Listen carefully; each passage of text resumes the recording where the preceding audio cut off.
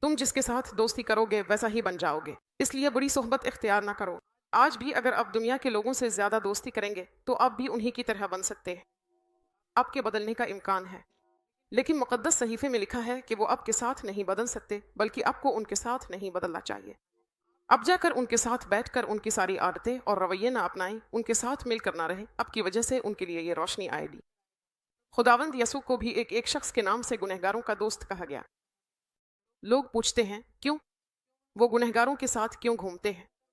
وہ محصول لینے والوں کے ساتھ کیوں رہتے ہیں؟ ملک کے لوگ بھی تنقید کرتے ہیں، اگر وہ نبی ہیں تو ان کے ساتھ کیوں اٹھتے بیٹھتے ہیں؟ زک کے گھر کیوں گئے؟ فریسی اور عالم بھی انہیں ڈانٹ رہے تھے، لیکن خداوند یسوع وہاں روشنی بن کر گئے۔ خدا کی حمد ہو، جہاں بھی وہ گئے انہوں نے سب کو خدا کی طرف موڑ دیا۔ خدا کی حمد ہو، گنہگار بھی پاکیزہ بن گئے۔ یعنی یسوع نے گنہگاروں سے محبت کی، لیکن وہ ہلاک نہیں ہوئے، بلکہ وہ پاک راستوں پر آ گئے۔